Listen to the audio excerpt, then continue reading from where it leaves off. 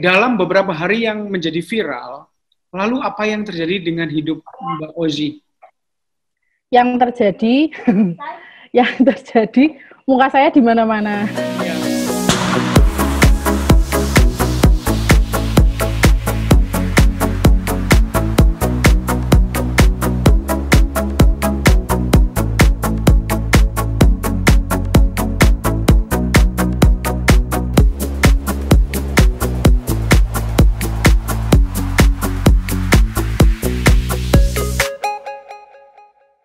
Halo. Apa kabar, Mbak? Sehat, alhamdulillah. Bapak gimana kabarnya? Sehat juga? Alhamdulillah sehat banget. Oke, kita langsung ngobrol biar segera Mbaknya istirahat. Iya. Mbak, pernah bayangin nggak dalam situasi seperti sekarang? Membayangkan situasi begini? Iya. Nggak pernah. Nggak pernah membayangkan? Nggak pernah membayangkan. Ngimpi juga nggak pernah? Nggak pernah juga. Nggak pernah juga sih.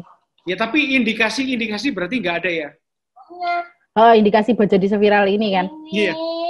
Nah, itu nggak ada. Karena aku tuh dari dulu sebenarnya ini ngomongin soal seni peran tuh memang hal yang tak senangi gitu loh Mas dari dulu. Iya. Hal yang emang saya sukai dari jadi mengerjakannya kemudian juga dengan kesungguhan hati, ibaratnya memang saya itu main buat penonton gitu, buat apa yang gitu.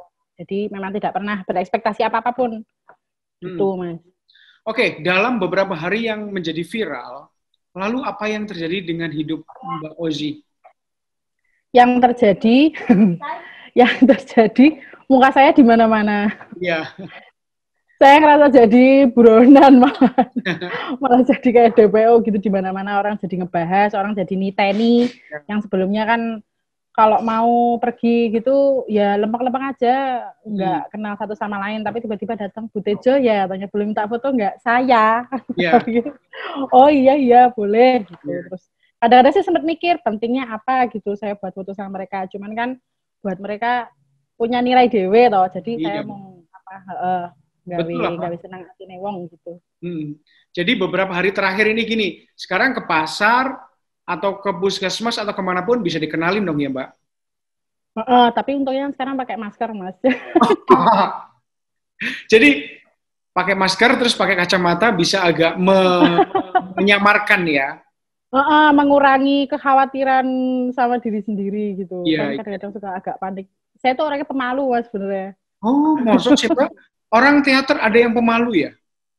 Lah, kalau kebutuhannya untuk di panggung itu kan nggak boleh ada soal malu. Kalau sehari-hari gitu, saya sebenarnya orang yang lebih saya introvert.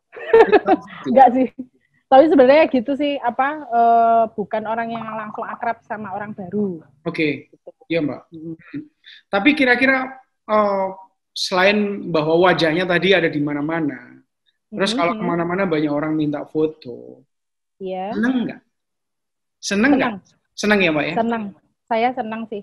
Ibaratnya kalau orang lain bahagia tuh saya ikut bahagia gitu. Kalau orang lain seneng tuh saya juga seneng gitu. Artinya saya dinotis sama orang lain soal yang baik ya, bukan yang buruk ya. Dititeni yang baik gitu kan, buat saya seneng sih itu.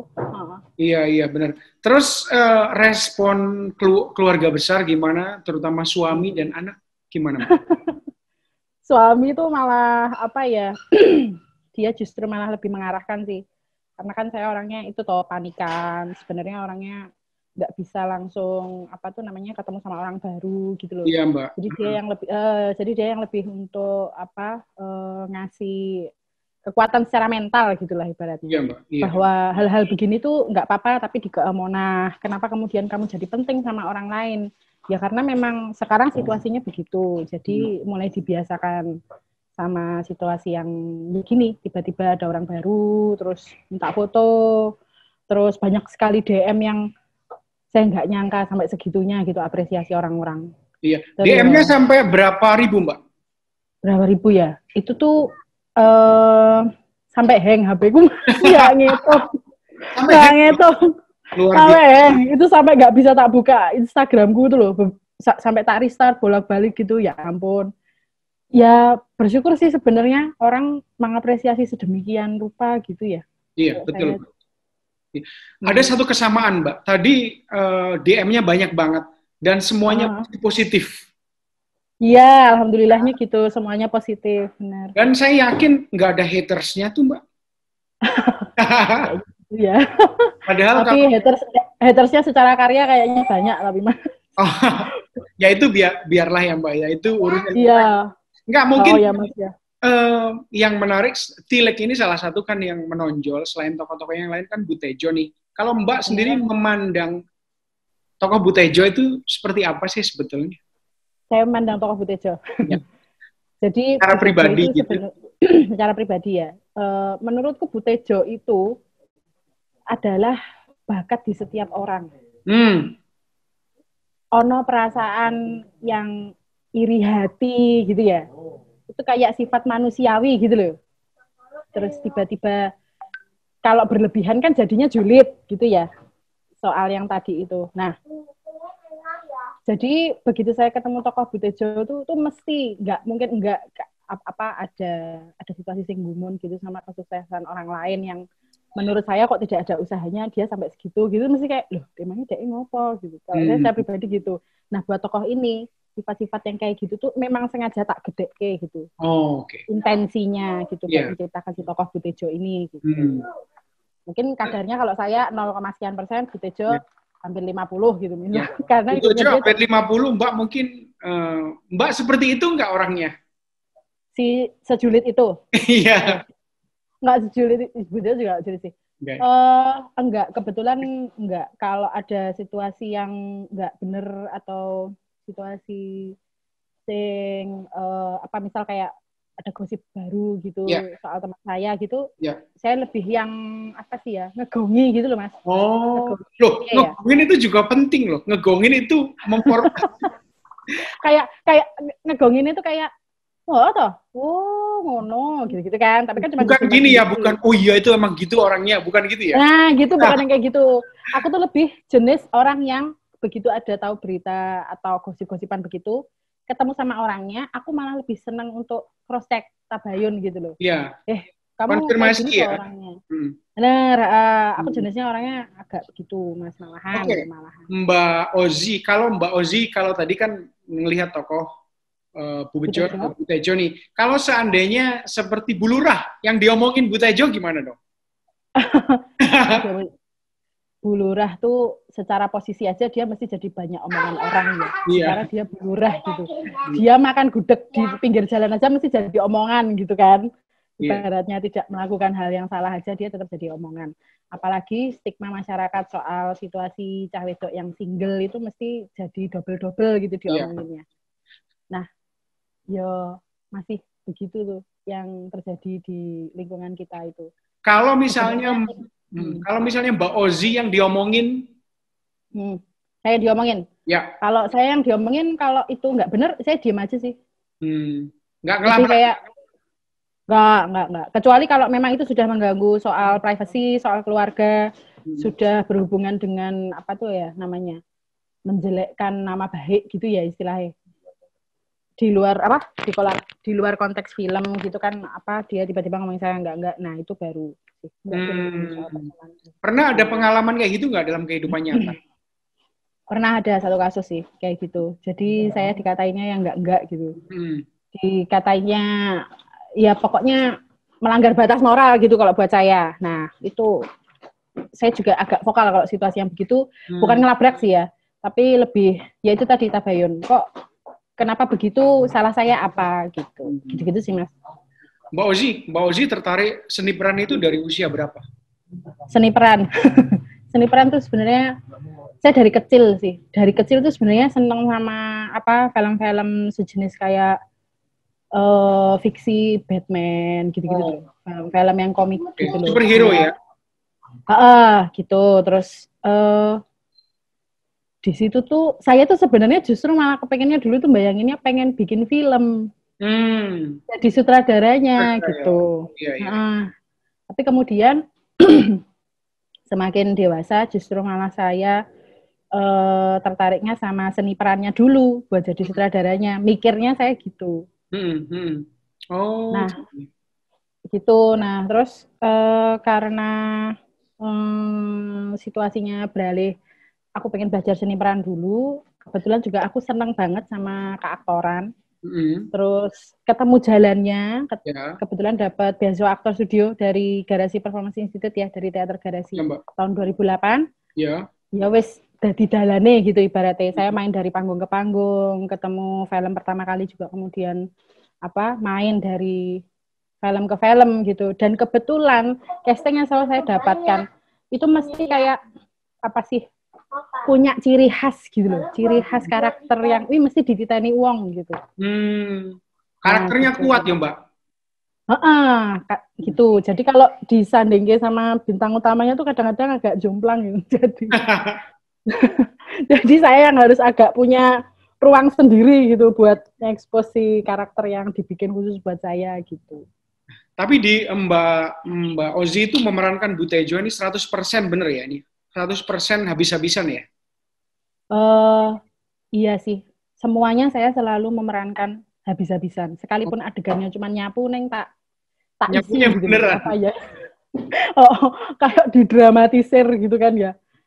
Ya sesuai kapasitas tentu saja. Maksudku tuh saya melakukan semua hal itu dengan sungguh-sungguh buat saya gitu. Siapa inspirasi di dunia keaktoran Mbak Ozi? Meryl Streep sih. Oh, Meryl Streep ya, wah, namanya nggak main-main ya. Iya, segede itu sih dia ya emang. Semoga dia konsisten kan soalnya dari muda sangat sampai konsisten. Usia. Iya. Ada film yang membuat Mbak nangis gitu atau inget banget sebuah film gitu? Oh, baru-baru ini sih sebenarnya aku inget banget satu film. Apa Mbak? Itu membekas banget, mungkin karena relate sama kehidupanku sebagai ibu yang baru ya. Kim Ji-yo Burn 1982. Kim Ji-yo 1986. Oh, itu 1982, Korea. Korea ya, film Korea ya. Ya, nah itu saya mau tanya nih, kalau ngomongin suka drakor nggak? Drakor itu beberapa, kalau serialnya, saya belum pernah nonton penuh. Tapi beberapa filmnya, K-movie-nya, beberapa saya nonton. Kemarin Parasite nonton ya? Ya, saya nonton. Bagus nggak Mbak, menurut Mbak? Sutradara gila sih, Mbak. Iya. Atau memang seperti komentar suami saya, itu sutradaranya yang gila atau realitasnya di sana yang gila gitu. Iya. Tapi film itu Korea banget ya Mbak ya? And di luar ini kita gitu loh, di luar bayangan kita, sutradara atau penulisnya punya cerita yang kayak gitu ya? Justru malah dia punya sudut pandang yang baru soal Korea. Kemudian kita jadi mikir berulang kan bahwa Korea sing stereotip K-pop-nya itu kok ono donya sing ngene iki gitu. Prinsipnya semua tempat kayak gitu ya kayaknya. Iya, benar. Mbak Ozi memilih seni peran. Mbak Ozi gimana? Dukungan keluarga ada atau ditentang nih waktu? Dukungan keluarga ya. Keluarga ya, Bapak, Ibu. Bapak Ibu orang yang sangat support dan percaya sama saya. Karena waktu dulu sebenarnya saya tuh kuliah, mutusin untuk kemudian berhenti. Jadi saya nggak lulus kuliahnya ya Mas. Iya. Saya mutusin untuk berhenti, hanya setahun kuliah aktif, lalu merasa bahwa ini bukan keilmuan yang pengen saya pelajari. Matur sama Bapak untuk berhenti kuliah. Bapak juga kemudian bertanya, langkah ke depanmu apa? Kebetulan saya dapat beasiswa itu, dan berjalan satu sama lain. Jadi setiap saya pentas, itu bahkan orang tua saya datang. Oh, oke. Kakak saya, jadi Bapak, Ibu, dan kakak, itu selalu datang, selalu support, selalu untuk kemudian memberi nilai gitu misal. Iya. Jadi mereka mensupport penuh ya? Mensupport penuh dari awal sih. Dan sekarang karena Bapak Ibu dan Mbak sudah tidak ada ya, sekarang suami alhamdulillah juga mensupport penuh. Mbak ini lahir dan besar di Jogja? Saya lahirnya di Blitar, Mas. Oh, di Blitar. Saya tuh orang Jawa ya? Timur. Benar, saya tuh lahir di Blitar sampai SD. Itu saya di Blitar, masih SMP dan SMA saya pindah ke Jogja. Kayaknya ya. Saya sekolah asrama soalnya, tapi Bapak Ibu masih tinggal di Blitar gitu. Ketemu suaminya pas sekolah atau kuliah atau pas udah berkarir? Waktu itu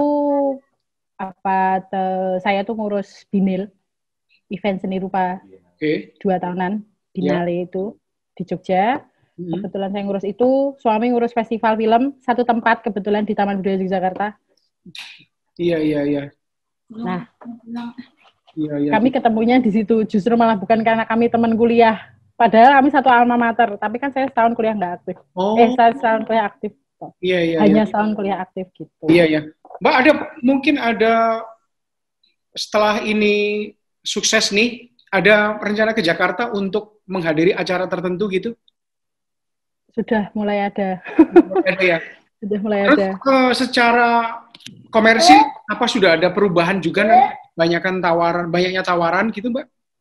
Sudah sih, sudah. Ini ya? Sebenarnya saya juga lagi, sebelum seviral ini ya, ini kemarin sebenarnya saya juga udah lagi, baru nyiapin satu film panjang. Satu film panjang untuk take di November. Oh, November ya, Mbak ya? Iya. Film tentang apa, Mbak? Filmnya tentang, aduh spoiler ya, aku disediain produsernya. Filmnya tentang apa ya? Nganter orang punya hajat gitu aja deh. Oh, nganter punya hajat ya. Iya, benar. Iya, menarik ya. Ini ada rencana ke Jakarta dalam waktu dekat? Senin mungkin. Senin ya. Senin berangkat. Untuk acara apa, Mbak? Untuk acaranya, disebut ya? Untuk acaranya Rumpi No Secret punya. Oh, di Trans TV ya? Trans TV ya? Di Trans TV, benar. Mbak, saya penasaran nih, pengen tahu gimana ceritanya dipilih sebagai pemeran Butejo dan keikutsertanya di Tilik. Oh, ya itu tadi. Kalau prosesnya sebenarnya saya justru malah aslinya jadi Putri. Karena karena si sutradara itu dia punya pilihan sendiri sama tokoh utamanya. Ya. Tapi begitu kemudian pernah satu latihan reading naskah gitu, dia merasa bahwa oh iya benar, ini castingnya kayaknya emang harusnya Mbak Ozi. Oh gitu ya. Dan Mbak Ozi begitu baca karakter Butejo langsung merasa pas. Apa sih? Yo merasa pas sama ini ya. Karakternya ya, bukan kasar. Lebih karena saya sebenarnya senang sama naskahnya sih, karena itu deket gitu loh Mas. Jadi dengan kayak ibu-ibu gitu. Iya. Sehari-hari kan karena saya seorang ibu punya aktivitas ke pasar, kan ketemu sama situasi yang kayak gitu loh, ketemu sama ibu-ibu sing ngobrol gayeng gitu kan. Dalam kehidupan nyata pakai kerudung nggak sih? Saya enggak pakai kerudung. Oke. Enggak, soalnya ya menarik sih, menarik. Mbak, interaksi di antara para pemain ini banyak yang profesional atau amatir, Mbak? Nah, 4 tokoh utamanya itu, Butejo, Yuning, Yusam, dan Putri itu tokoh utamanya hitungannya ya, berempat itu ya. Iya. Yang lainnya itu ekstras dari warga asli sana. Oh, warga asli ya, Mbak ya? Warga asli sana. Nah, dan membangun chemistry-nya ya lebih momong sih kalau saya. Lebih momong karena mereka orang yang baru pertama kali ketemu kamera, sempat yang aku deg-degan nih Mbak ketemu kamera, rasa deg-degan Bu. Iki tetep wae kaya Tilik biasanya kan lho Bu gitu. Kayak Tilik biasanya gitu, ngobrol-ngobrol aja, tapi ngobrolnya nanti suaranya di bawah saya ya Bu, suaranya, volumenya, soalnya buat kepentingan direkam gitu. Oh iya Mbak, gitu-gitu sih. Kayak lebih ngomongnya aja sih. Iya. Mbak Ozi, ada pengalaman menarik nggak selama syuting yang nggak dilupain gitu? Ini kan masih terus jalan ya Mbak ya? Mau berapa episode short movie ini? Nggak tahu. Produsernya sih Mas. Produsernya. Ditanya kalau ya gitu. Oke, Tilik kan sambang, menjenguk. Sebenarnya ceritanya hanya tentang itu. Perjalanan untuk Tilik, iya. Perjalanan untuk Tilik ya. Perjalanan untuk Tilik. Yang kebetulan ada satu tokoh yang selalu diulang-ulang di film ini bernama Dian si Kembang Desa. Iya. Dari desa tersebut. Iya. Itu sih. Mbak, menurut Mbak, kekuatan Tilik ini sebetulnya apa sih? Kekuatannya? Iya. Kalau saya yakin suatu hal yang dikerjakan dari hati itu sampainya ke hati juga. Jadi kalau kami mengerjakannya dengan bahagia, keseriusan, kesungguhan gitu, orang lain juga apa sih merasakan energi hal yang begitu gitu loh. Yang sama ya. Kalau saya sih meyakininya begitu ya. Sampai seviral ini gitu. Karena tentu saja banyak sekali film-film yang bagus juga kan. Kok ya kebetulan temen-temen itu bukan nggak viralnya sih. Kayak gitu loh, notice gitu loh, nitik gitu loh. Nitik neng filmnya Tilik kebetulan. Mbak, hobi Mbak Ozi apa, Mbak Ozi? Hobi? Ya. Hobinya saya, hobinya apa ya? Hobinya saya, Mas, baca-baca.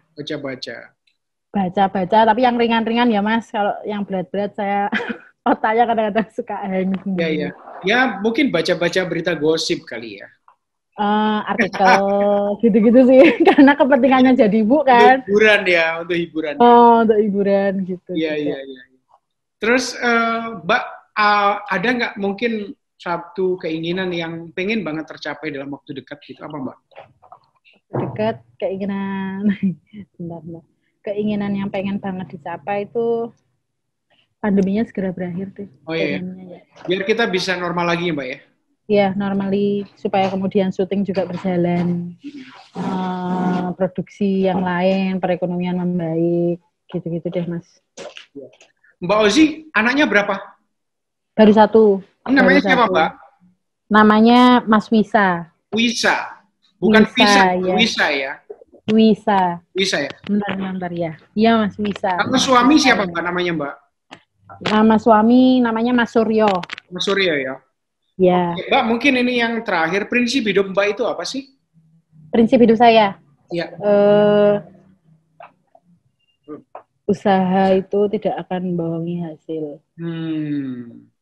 Itu ya, itu quote-nya Mbak ya? Buat saya gitu. Apapun ya Mas ya? Apapun.